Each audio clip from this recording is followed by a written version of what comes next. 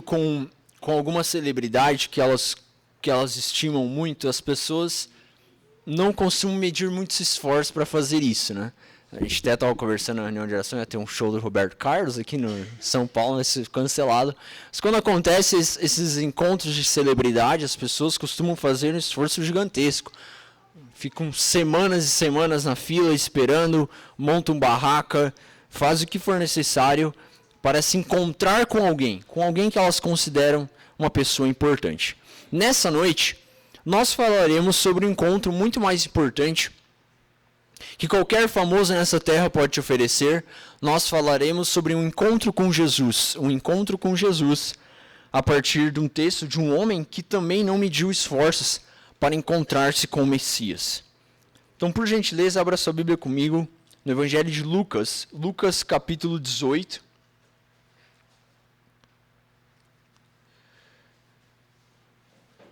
Nós estaremos lendo do verso 35 até o verso 43.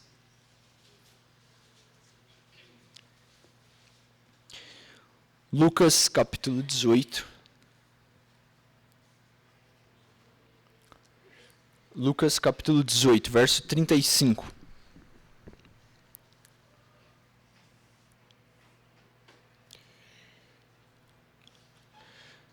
A palavra de Deus diz assim: Aconteceu que, ao aproximar-se ele de Jericó, estava um cego assentado à beira do caminho, pedindo esmolas. E ouvindo o tropel da multidão que passava, perguntou o que era aquilo. Anunciaram-lhe que passava Jesus, o Nazareno. Então ele clamou: Jesus, filho de Davi, tem compaixão de mim. E os que iam na frente o repreendiam para que se calasse. Ele, porém, cada vez gritava mais: Filho de Davi, tem misericórdia de mim. Então parou Jesus e mandou que lhe o trouxessem. E tendo ele chegado, perguntou-lhe: Que queres que eu te faça? Respondeu ele: Senhor, que eu torne a ver. Então Jesus lhe disse: Recupera a tua vista. A tua fé te salvou. Imediatamente tornou a ver e seguia-o glorificando a Deus. Também todo o povo, vendo isso, dava louvores a Deus. Esse episódio ele acontece durante a travessia de Jesus da Galileia até Jerusalém. E essa travessia ela começa no capítulo 9 de Lucas e ela vai até o capítulo 19. E nesse capítulo em específico, capítulo 18, onde essa passagem está inserida, tem um compilado aqui de parábolas, de passagens, de momentos nas quais Jesus ele está falando sobre o seu reino. Olhe comigo. No capítulo 18, do verso 1 até o verso 8, nós temos a parábola do juiz iníquo, onde Jesus ensina que se você perseverar, que eu e você devemos perseverar buscando aquilo que nós queremos relacionados ao reino, que assim como essa mulher conseguiu, nós também conseguiremos. Do verso 9 até o verso 14, nós vemos a parábola do fariseu e do publicano, onde nós temos um fariseu e um publicano indo orar, e ambos têm propósitos, ambos têm formas diferentes de buscar o Senhor, mas somente aquele que é justificado é o publicano. Aquele que se humilha, aquele que reconhece a sua pequenez, ele alcança graça do Senhor. Logo após, nós vemos um episódio com as crianças. Olha que interessante. Do verso 15 ao verso 17, nós vemos Jesus mostrando as crianças que dando um exemplo que aqueles que são dependentes como as crianças são essas pessoas que alcançam o reino dos céus. Isso é interessante porque crianças elas são dependentes. Por mais corajosas que elas sejam, algumas são mais, outras são menos, mas se você deixar uma criança sozinha, imagina que acabou o culto aqui, e aí a gente pega qualquer criança. Qual das crianças mais corajosas que a gente tem aqui? Isaac, talvez? Vamos pegar o Isaac. Eu ia pegar a Isabelle, mas a Isabelle acredito que não. Pega o Isaac e você deixa o Isaac dizer aqui, a gente está indo embora, tá? Hoje você vai dormir aqui, mas fica tranquilo. Tem a Luciene que mora ali na frente, vai ficar olhando, não vai acontecer nada, tá? E amanhã de manhã a gente vem te pegar. O que você acha que vai acontecer? vai começar a chorar. Não, por mais corajosa que seja uma criança, a criança ela tem esse senso de dependência e ela não tem vergonha de demonstrar isso. Se ela precisar chorar para ir embora, ela vai chorar. E o que Jesus, quando Jesus diz, olha, se vocês não se tornarem como crianças, vocês não podem entrar no reino dos céus, o que Jesus está mostrando é isso. Se vocês não aprenderem a ter essa dependência, a ponto de você dizer, eu não consigo, Senhor. Se o Senhor não me salvar, se o Senhor não fizer alguma coisa, por mim mesmo eu não consigo. Se a gente não for humilde como uma criança, a ponto de reconhecer a nossa incapacidade, como uma criança faz, nós não podemos entrar no reino dos céus. E olha o contraste, olha que beleza que como Lucas está organizando seu livro. Logo após o episódio com as crianças, ele mostra do verso 18 ao verso 23, quem? O jovem rico. Justamente um adulto que achava que conseguia por ele mesmo e que pelos méritos da sua riqueza ele poderia entrar nos céus. Logo após isso, Jesus começa a advertir sobre o perigo das riquezas, sobre como as riquezas podem tirar esse senso de criança de você começar as riquezas fazer você pensar que você consegue fazer alguma coisa pelas suas próprias mãos. Jesus começa a alertar sobre esse perigo e logo após isso, em contraste com o jovem rico, nós temos esse episódio que nós acabamos de ler, onde um homem, ele não mede esforços para se encontrar, para ter um encontro com Jesus. Então, esse encontro, ele tem dois aspectos, tá? Do verso 35 até o verso 37, nós vemos que esse encontro com Jesus, ele acontece de primeira forma, com o primeiro aspecto público. É isso que o verso 35 começa nos informando. Olha comigo o verso 35. Aconteceu que, aproximar-se ele de Jericó, estava um cego assentado à beira do caminho, pedindo esmolas. Irmãos, este verso nos oferece 3 informações preciosas para a compreensão dessa passagem. A primeira delas, esse verso nos oferece onde é o local que aconteceu esse milagre. Qual que é o local? O que esse texto está nos mostrando? O verso nos mostra que a cidade que Jesus estava se aproximando era a cidade de Jericó. Nós sabemos que no mundo antigo nós tínhamos 2 cidades de Jericó. A primeira, a cidade de Jericó antiga, aquela que você já deve ter lido, onde Josué teve que rodear 7 vezes, essa era a Jericó antiga. E essa Jericó na qual acontece esse episódio é a Jericó nova, construída pelo imperador Herodes o Grande, que ficava aproximadamente 1,5 km de distância de Jerusalém. Então Jesus estava fazendo uma jornada da Galileia até Jerusalém e agora ele está atravessando, está chegando, se aproximando dessa cidade nova de Jericó, que é onde acontece esse milagre.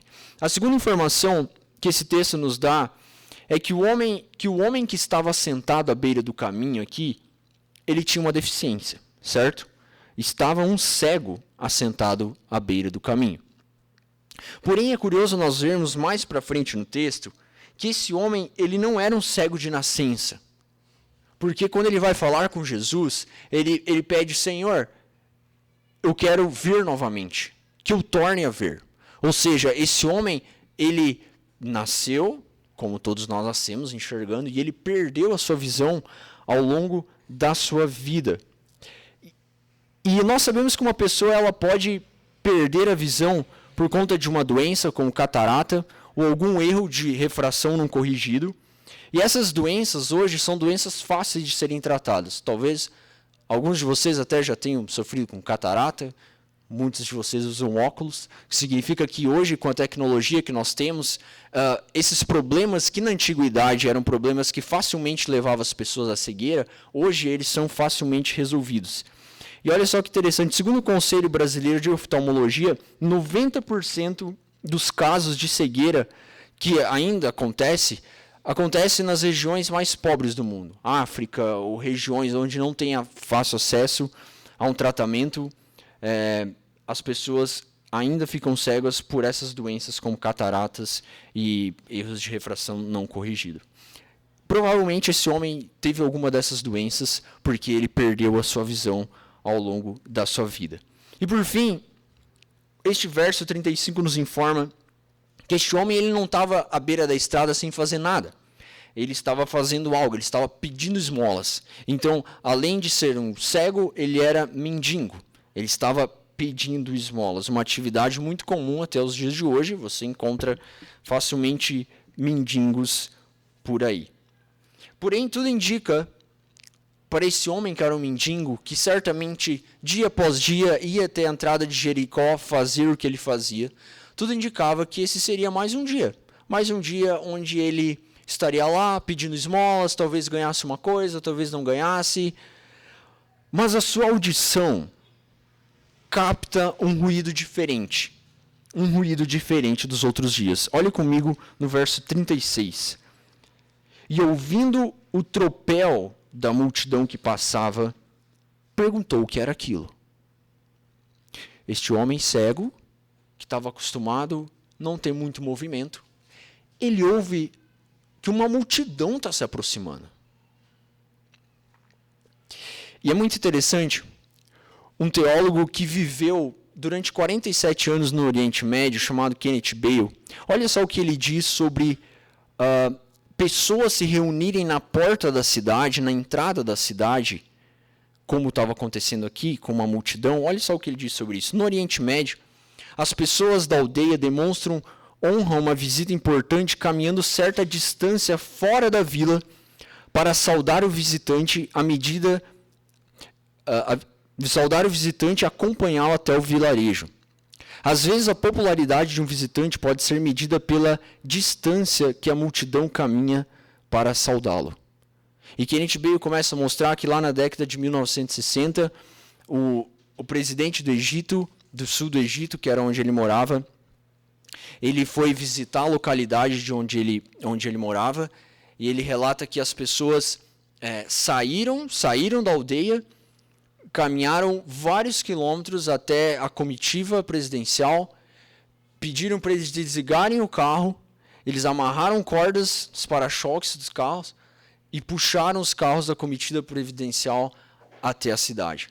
Então veja, essa é uma tradição oriental.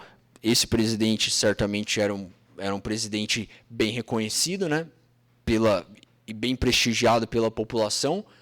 Não é o que aconteceria talvez hoje no Brasil, mas é o que aconteceu naquela época.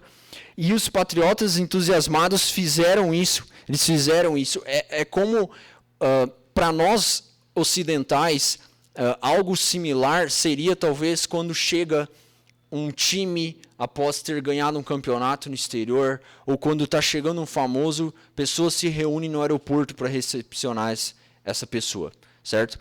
Então, na cultura oriental, eles fazem isso na entrada da cidade, e é o que está acontecendo aqui. Este homem, ele ouve o tropel da multidão que está passando e ele pergunta o que era aquilo. Não é normal ter uma multidão. O que está acontecendo? E diante disso, alguém responde para este homem o que estava acontecendo no verso 37. Olhe comigo o verso 37. Anunciaram-lhe que passava Jesus, o Nazareno. Ele pergunta o que está acontecendo. E alguém responde, está passando Jesus, o Nazareno. Você já parou alguma vez para se perguntar qual era o sobrenome de Jesus? Qual era o sobrenome de Jesus? É curioso nós observarmos que nos tempos em que a Bíblia foi escrita, as pessoas não tinham sobrenome. Cristo não é um sobrenome. Jesus Cristo é uma atribuição messiânica a Jesus. E se você ler as genealogias da Bíblia que a gente tem nos inícios do Evangelho, você vai ver que as pessoas elas são chamadas pelo seu nome. Quando elas precisam ser qualificadas, elas são qualificadas pelo nome do pai. Por exemplo, Eli, filho de Matate, Davi, filho de Jessé, ou a função que a pessoa exercia, José, carpinteiro, ou a localidade de onde ela vinha, José de Arimateia, Jesus de Nazaré. Então, se você tem vários Jesus numa localidade, como você identifica? Jesus, filho de Jessé. Mas no caso aqui, a multidão optou por uma outra maneira de fazer isso, que é a localidade de onde Jesus vinha, Jesus de Nazaré. A multidão identifica Jesus como Nazareno, a região onde ele morou, onde os pais deles moraram, ou seja, uma atribuição é Jesus, o Nazareno. Quem está vindo? Jesus, o Nazareno. Tá? Não é nada de muito importante. A multidão não está reconhecendo nada de muito importante na pessoa de Jesus, nada de muito diferente. Mas eles estavam curiosos, porque o que Jesus estava fazendo estava despertando a curiosidade de muitas pessoas. E é nesse momento do texto que esse encontro com Jesus, ele passa agora a não ser mais um encontro público, mas um encontro pessoal. No verso 38 ao verso 41, nós vemos esse encontro se tornando um encontro pessoal, porque este homem, ele está resolvido a se encontrar com Jesus. Olhe comigo no verso 38. Então ele clamou: Jesus, filho de Davi, tem compaixão de mim. Qual é a diferença aqui entre como ele chama Jesus e como a multidão chama Jesus? Olha esse texto. Vocês percebem? A multidão identifica Jesus como Nazareno. E este homem, ele diz: Jesus, filho de Davi. Irmãos, Jesus é chamado por esse título, filho de Davi, apenas duas vezes durante todo o seu ministério. Aqui e no episódio da mulher cananeia, que nós já vimos aqui em algum domingo à noite, que roga para Jesus expulsar um demônio que atormentava a sua filha. O fato é que este homem, diferente da multidão, ele reconhece que quem estava se aproximando não era apenas um nazareno como os outros. Ele reconhece nesse chamado, Jesus, filho de Davi, que aquele que se aproximava era o Messias. Era o Messias que Israel tanto esperava. E por isso ele chama Jesus com esse título. Ele se aproxima com mais reverência, ele chama Jesus de filho de Davi. E ele faz um clamor. Ele diz: Senhor, tem compaixão de mim. Tem compaixão de mim. Isso é interessante porque a palavra compaixão, por vezes, por nós é usada como algo sentimentalista, certo? Você vê alguém mal na estrada, você vê alguém com uma perna quebrada, sem um braço, diz: nossa, deu uma compaixão naquela pessoa. Compaixão para nós é uma palavra mais atrelada a um sentimento do que necessariamente a uma ação. Mas a palavra aqui usada, a palavra grega usada aqui como compaixão, ela pressupõe um ato divino. Ela pressupõe uma ação por Jesus. O que esse homem está pedindo é: Senhor, faça alguma coisa por mim. Não é, tenha pena da minha situação, tenha dó daquilo que está acontecendo comigo. Faça algo por mim. E é curioso porque o clamor deste homem começou a irritar um pessoal que estava ao redor. É isso que o verso 39 nos informa. Olhe comigo o verso 39. E os que iam na frente o repreendiam para que se calasse. Ele, porém, cada vez gritava mais: Filho de Davi, tem misericórdia de mim. Irmãos, Lucas não registra qual é o nome desse homem.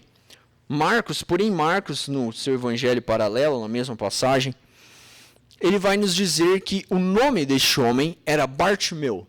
Bartimeu significa, pode ser traduzido literalmente como filho da imundície. Filho da imundície. Lembre-se que judeus colocavam os nomes dos filhos sempre com um significado. Até os pentecostais eles meio copiam isso, né? Mas eles colocam sempre, tem que ser bíblico, tipo, o meu irmão é Natão, Naamã, Aparecida e tudo mais. Então, os judeus, eles sempre colocavam o nome dos seus filhos pensando no significado do nome. O que eles atrelavam isso? Bom, se o significado for bom, significa que o meu filho vai cumprir com esse significado. Por exemplo, o significado do meu nome é agradável. Tá? Então, isso explica muita coisa. Não. Bem humilde, né? Bem humilde. Mas olha só, o significado do nome desse homem era filho da imundície. O que os pais dele estavam pensando quando colocaram o nome nele? Marcos também nos descreve palavras mais fortes que ele usou, que a multidão usou. O verso aqui 39 nos mostra que a multidão, alguns que iam na frente, repreendiam e pediram para que eles se calassem, mas Marcos vai nos relatar palavras literalmente como calha a boca. Como se a multidão estivesse botando: cala a boca, fica quieto. Eles: para de gritar, você está incomodando, fica quieto. Mas esse homem, contrário ao que a multidão estava pedindo deles, ele gritava ainda mais forte: Filho de Davi, tem misericórdia de mim. Veja só, irmãos, até este momento esse homem apenas tinha recebido repreensões pelo seu esforço para tentar chegar até Jesus. Porém, agora o que o verso 40 e 41 nos informam é que o clamor deste homem chega até os ouvidos de Jesus. Olha só o verso 40 e 41. Então, parou Jesus e mandou que lhe o trouxessem. E tendo ele chegado, perguntou-lhe: Que queres que eu te faça? A pergunta de Jesus aqui é no mínimo intrigante, não é? Esse homem está gritando, desesperado, no meio da rua, no meio de um monte de pessoas. Jesus, filho de Davi, tem compaixão de mim. Aí quando Jesus se aproxima dele, o que Jesus lhe pergunta é: que queres que eu te faça? Esse homem está na frente dos olhos de Jesus. Jesus vê que ele é um mendigo e que ele é cego. Mas Jesus mesmo assim pergunta: que queres que eu te faça? A pergunta de Jesus chama atenção pelas condições que o mendigo ele tinha no Oriente Médio. Segundo Kenneth Bale, na tradição do Oriente Médio, os mendigos eles eram um segmento da sociedade reconhecido, e se entendia que o mendigo estava prestando um serviço para a comunidade. Talvez para nós hoje não é mais isso, com certeza não. Você não vê um mendigo como prestando um serviço, mas entenda-se que os judeus olhavam para os mendigos como uma forma de eles fazerem algo. Então, o que o mendigo fazia na sociedade judaica era: eles estavam te dando uma oportunidade de você servir a Deus. Então, se você desse uma esmola para um mendigo, provavelmente esse mendigo se levantaria no meio da multidão e começaria a te exaltar, dizendo: olha só este homem, olha só essa mulher, como ela é boa, ela me deu uma esmola. Você entende? Você seria beneficiado se você ajudasse um mendigo. Não um mendigo você seria mais beneficiado assim como um mendigo. Não é só o mendigo que seria beneficiado. Ou se o mendigo te para na sinaleira e você ajuda, você está dizendo: nossa, estou ajudando esse pobre coitado. Na sociedade oriental não era. Existia uma relação de importância para aquilo que o mendigo estava fazendo. E olha só, quando o mendigo ele saía daquela condição, mendigos geralmente eram pessoas que não tinham estudo também, ou não tinham família, então não tinham muito o que eles fazer da vida. Quando os mendigos saíam daquela situação, como acontece nos dias de hoje, o que eles vão fazer depois? O que eles vão fazer depois, se eles saírem da situação que eles estão? Por isso a pergunta de Jesus aqui é uma pergunta bastante intrigante. Jesus está dizendo: o que queres que eu te faça? O que queres que eu te faça? Qual é a intenção do teu coração? Porque se eu te curar e você começar a ver, você perde o teu posto. Você não vai mais poder ser mendigo. Porque você precisa ter uma necessidade física visível para as pessoas te ajudar. E se eu te curar, você não vai ser mais cego. Você vai ter que trabalhar. Você vai ter que fazer alguma coisa da vida. O que queres que eu te faça? Irmãos, é interessante porque Jesus aqui ele está disposto a oferecer graça para esse mendigo, mas como Dietrich Bonhoeffer, que foi um teólogo, mas ao mesmo tempo missionário, que viveu que foi aprisionado na época de Hitler, a mandato de Hitler, ele escreveu: a graça de Deus mediada por meio de Jesus Cristo é gratuita, mas não é barata. A graça mediada por Deus através de Jesus, ela é gratuita. Deus não te cobra nada para oferecer a graça dele, mas ela não é barata. Tem um preço. Tem um preço. E no caso deste homem, se ele aceitasse a cura que ele esperava, teria um preço. Ele teria que trabalhar, ele perderia a função que ele tinha até o momento. E diante da pergunta que ele faz a Jesus, e diante da pergunta que Jesus faz a ele, ele responde de forma convicta, sem titubear, sem pensar duas vezes, ele responde: Senhor, que eu torne a ver. Senhor, que eu torne a ver. Irmãos, existe uma progressão na fé deste homem que é impressionante. Você lembra como a multidão apresentou Jesus para este homem? Jesus de Nazaré. O título mais genérico possível. Quando ele vai se referir a Jesus, dá para ver que ele já vai um pouco melhor que a multidão. Ele diz Jesus, filho de Davi. Mas agora, este homem, ele reconhece plenamente que ele não está apenas dizendo: você é o Messias que o povo de Israel está esperando. Ele diz: Senhor. Ele diz: eu quero que o Senhor não seja apenas o Messias, o filho de Davi. Eu quero que você seja o Senhor na minha vida. Ele reconhece o senhorio de Cristo e diz: Senhor, tu és o meu Senhor, que eu torne a ver. Irmãos, e esse encontro que este homem tem com Jesus, essa resposta que ele dá a Jesus, é algo que eu e você precisamos refletir nesse momento. Em qual estágio de fé, desses 3 estágios que nós temos, a multidão que reconhece Jesus apenas como Nazareno, este homem em primeiro momento que reconhece Jesus como filho de Davi, que reconhece que Jesus é o Messias, mas é uma relação eu aqui, você lá como Messias, ou o terceiro estágio, onde ele diz: Senhor, eu quero ser o teu servo, eu quero que o Senhor seja meu Senhor. Qual desses estágios você está? Qual dessas 3 figuras é você nesse texto? Você é como a multidão, que reconhece Jesus apenas como Nazareno, que também não está muito aí, porque acontece, porque deixa de acontecer, por comprometimento que você tem com a igreja, não tem, ou com o próprio Cristo. Não importa muito o que aconteça na tua vida devocional durante a semana, Jesus é apenas o Nazareno. Ou você pode estar no segundo estágio, como esse homem, que ele reconhece que Jesus é o filho de Davi, que reconhece, talvez você cresceu na igreja, você veio sempre na igreja, você sabe várias doutrinas, você sabe várias coisas, mas ainda é uma relação de Jesus lá e você aqui. Jesus lá e você aqui. Ou você quer fazer parte das pessoas que reconhecem o senhorio de Cristo e dizem: não, Jesus não está lá, Jesus não é apenas... Eu quero me submeter ao Senhor.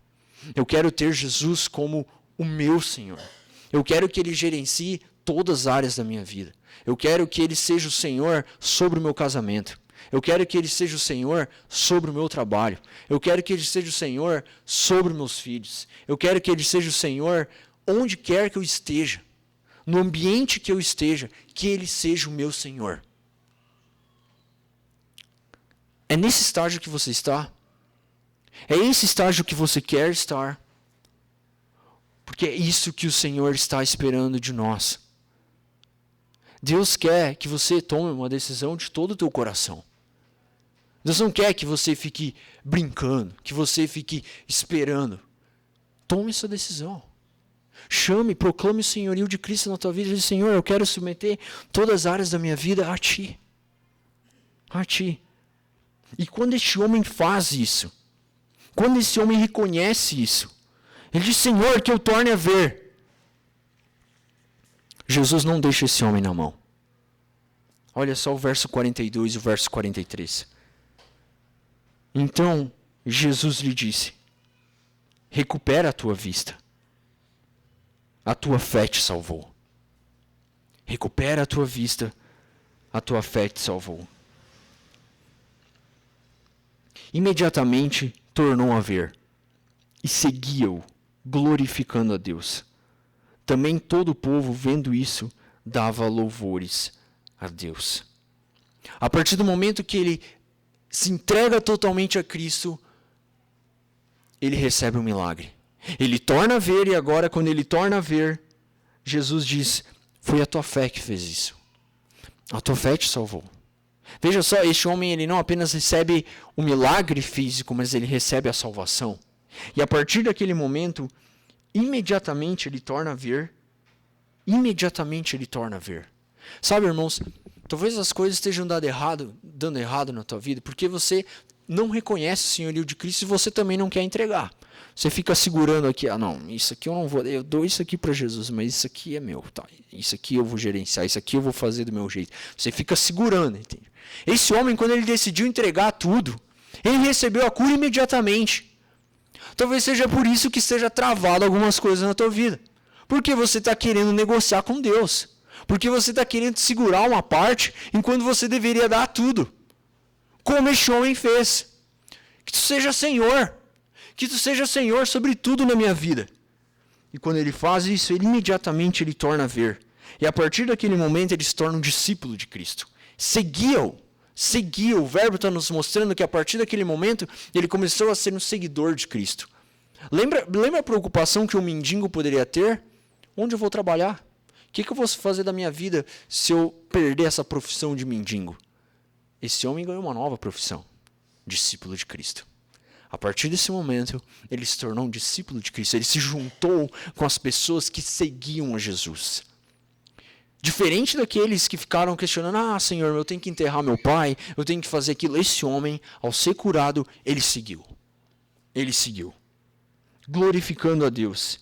E olha só, esse encontro com Jesus, ele não nos mostra apenas um aspecto público, como foi no começo do texto, nem apenas um aspecto pessoal, mas por fim, no verso 43, no fim do verso 43, ele nos mostra que esse encontro que esse homem teve com Jesus foi um encontro impactante.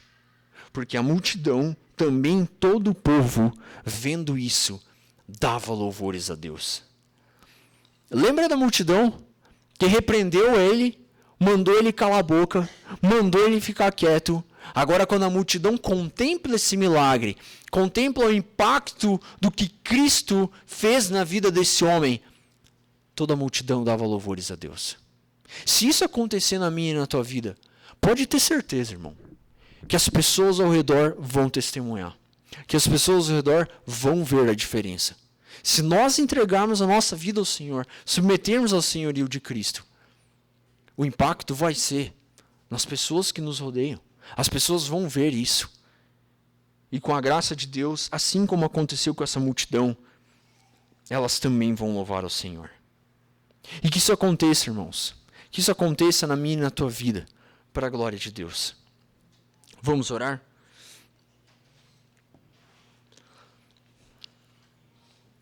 Deus, nós te louvamos pela tua palavra, nós te agradecemos por esse testemunho maravilhoso que nós temos. Esse momento onde o Senhor realizou este milagre, onde o Senhor impactou a vida deste homem, de Bartimeu, que era um mendigo e passou a ser teu discípulo, que entregou a sua vida por completo ao Senhor.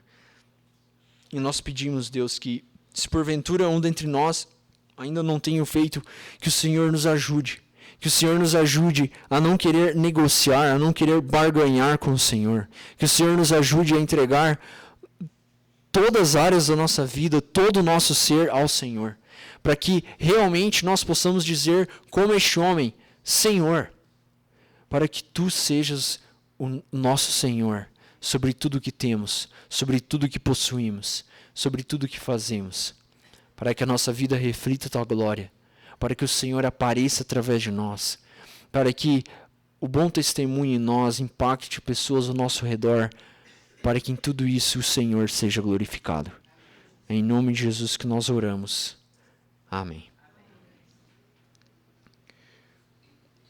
Como resposta